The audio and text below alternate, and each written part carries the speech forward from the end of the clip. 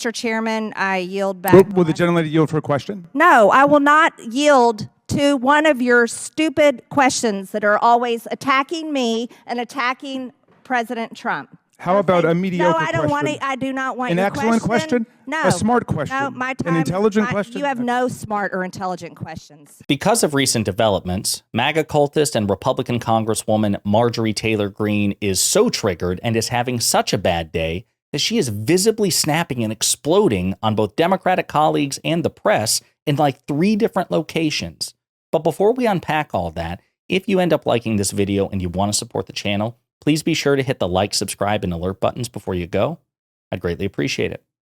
All right, friends, we have several clips to play in this video, and they're going to be fun to look at and to watch because Marjorie Taylor Greene is having a really bad day. She is visibly triggered, and she's being trolled by her Democratic colleagues, whom she's snapping on, and she's also exploding at the press for all kinds of things. But basically, the 2 primary triggers seem to be, number 1, earlier today, the D.C. Circuit Court of Appeals ruled unanimously that Donald Trump, her cult leader, is not entitled to absolute presidential immunity, which would make him a god king, allowing him to commit crimes with impunity. She's very upset about that.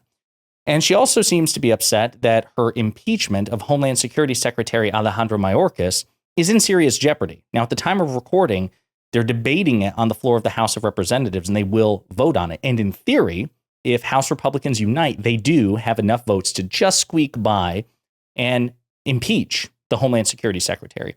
Now, obviously, it will not pass in the Senate. It's dead on arrival, so he will still have his job no matter what the outcome is. But it's possible, based on the public and private no's that she's getting from certain House Republicans who say, listen, I don't think there's an impeachable offense here.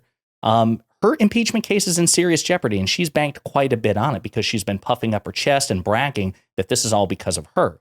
So when you combine that with the fact that various conservative legal, constitutional, and national security experts are publicly saying that, hey, this ain't it, Chief. You don't really have a good case here to impeach Secretary Mayorkas.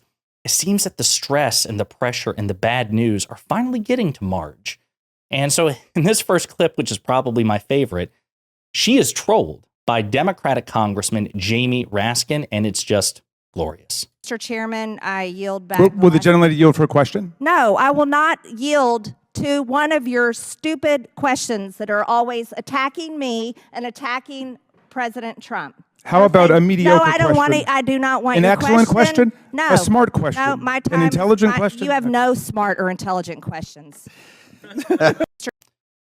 So she is very, very upset by that. So she is speaking to Jamie Raskin, the ranking member and Democratic congressman of the House Oversight Committee. And obviously, he is infinitely more intelligent than she is, infinitely more learned and educated on political and constitutional affairs. He's an excellent debater. He's an excellent lawyer, constitutional scholar, and he's having clearly a lot of fun trolling her. What about a mediocre question? An excellent question, a really smart question. And she is so upset, so triggered. How dare you insult me? How dare you insult President Trump? Lady, you insult everybody all the time. How many times has she called Democrats, not just one Democrat, not just 2 Democrats, Democrats, the Democratic Party, the party of groomers and pedophiles and communists and Marxists? She actively insults 50 to 60% of the country all the time. Donald Trump, her cult leader, routinely insults huge swaths of people and specific targets. They love to dish it out, but she can't handle even a fraction of it, right? Which just goes to prove yet again, and simply a fact, there is no greater concentration of cowardice and snowflakery than elected Republicans. They are infinitely worse at all times than elected Democrats. In this next clip, it's a continuation of the first. Representative Garcia, a Democrat, also gets in a bit on the action. Chair now recognizing Mr. Garcia for 5 minutes. Thank you. That was a lot. I want to remind the gentle lady that it was her that actually organized a trip to the D.C. jail to hug and high five and sit with the insurrectionists that actually attacked our Capitol. So if we're talking about the safety of D.C. and the Capitol, it's just quite, I think, ironic. This is all facts. This is quite ironic that the insurrectionists that tried to overthrow our government in the capital city were being coddled. We're actually being coddled by. It's quite a shame that you call them political prisoners or hostages. I think maybe you called them. They actually try to overthrow our government. Let me continue Mr. with Chairman, my time. she's not recognized. Thank you. So I think it's quite interesting. And that's Marjorie Taylor Greene just leaving the room. She's heckling Representative Garcia, then she leaves the room because she just can't handle the heat. Great on him for also backing up Raskin and just needling Marjorie Taylor Greene and not taking her seriously because, of course, she doesn't deserve to be taken seriously. She's complaining about crime, apparently, even though crime rates have declined under President Biden. We're starting to see a pretty tremendous and awesome dip, which is quite frankly underreported by the mainstream media, even not just right-wing media. And he's right to point out the hypocrisy. Like, if you really care about crime in Washington, D.C., perhaps you shouldn't celebrate the criminal insurrectionists, which tried to kill the vice president and Congress people for observing the results of a free and fair election. I think it's a great case. So now we have a third setting, the second setting, which is the floor of the House of Representatives.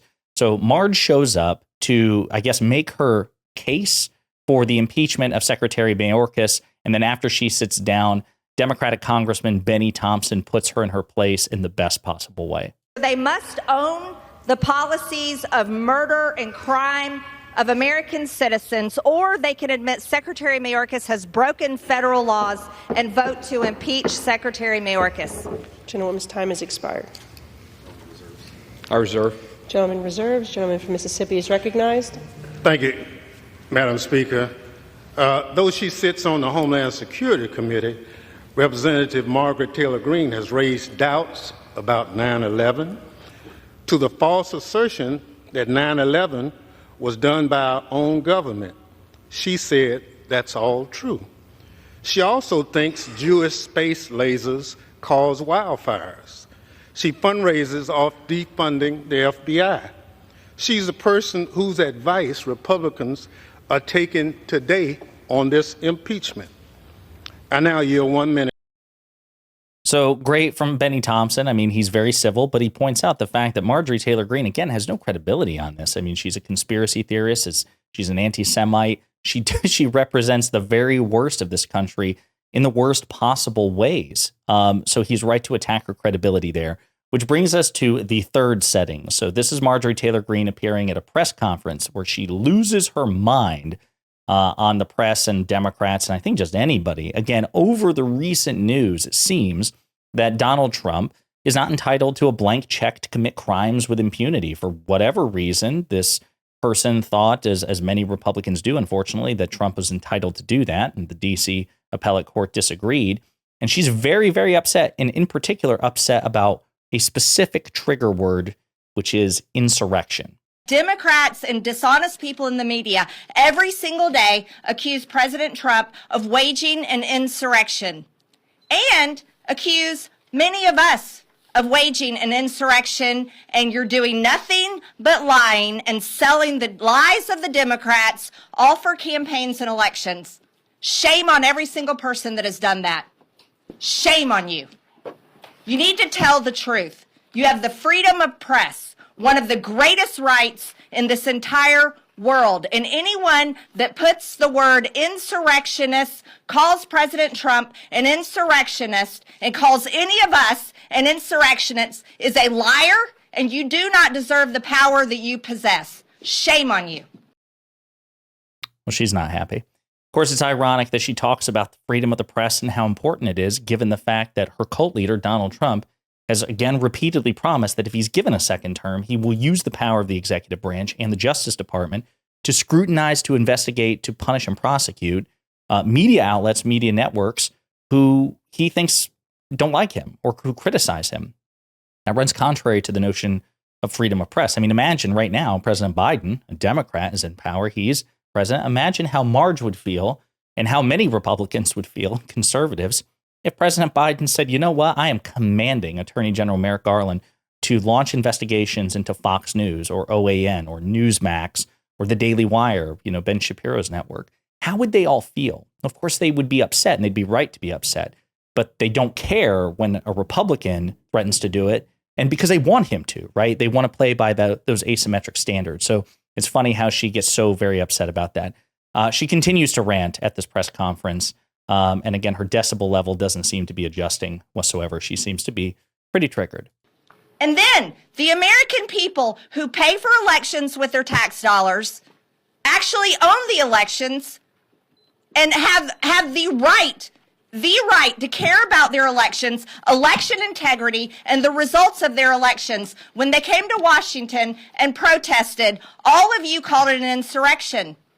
And then when Joe Biden was inaugurated and this entire Capitol complex was surrounded with 30,000 National Guard troops, none of you stood there and called that an insurrection. Oh, no.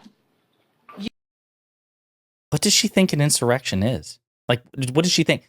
President Biden, the winner of the free and fair election, being inaugurated, as all winners of presidential elections are, that's not an insurrection. That's just the peaceful transfer of power finally manifesting after Donald Trump broke it, by inciting an insurrection on January 6th.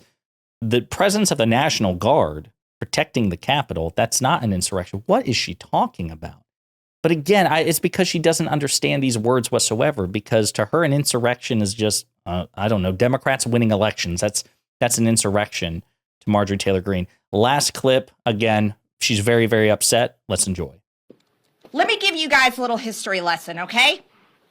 When President Trump was inaugurated, Antifa and leftist rioters nearly burned down Washington, D.C. Did you call it an insurrection? No. Because it wasn't, right? So an insurrection, there again, she just doesn't seem to understand it. An insurrection is not a protest gone wild. It can spawn from that, right? But they weren't trying to overthrow the government. They weren't trying to prevent a government function like, the peaceful transfer of power, the certification of the 2020 election. And listen, I've said this before in debates with conservatives when they try to get this gotcha, because it's not a gotcha. It's kind of stupid. It's, well, what if during the, protests or the subset of riots in 2020 and 2021 during the George Floyd protests, when certain people attacked federal courthouses, bet that was an insurrection. And I'm like, you could probably actually make that case. It wouldn't apply to the 14th Amendment unless the people actually doing it had previously sworn oath to the Constitution. But listen, if you think you can make a case for insurrection and charge insurrection, by all means. Unfortunately for Marge, when people protest, that's not inherently an insurrection. So she seems to be confused, and she seems to think it's a gotcha, right? If Donald Trump committed an insurrection, that means that other people I don't like committed insurrection. No, not by definition, but maybe you can make that case in isolated instances. Go ahead. Be my guest. Anyway, it's fun to see Marjorie Taylor Greene so upset. Because again, when Marjorie Taylor Greene is happy, that's usually a sign of, successful fascism, right? That tends to be what excites her, what makes her happy.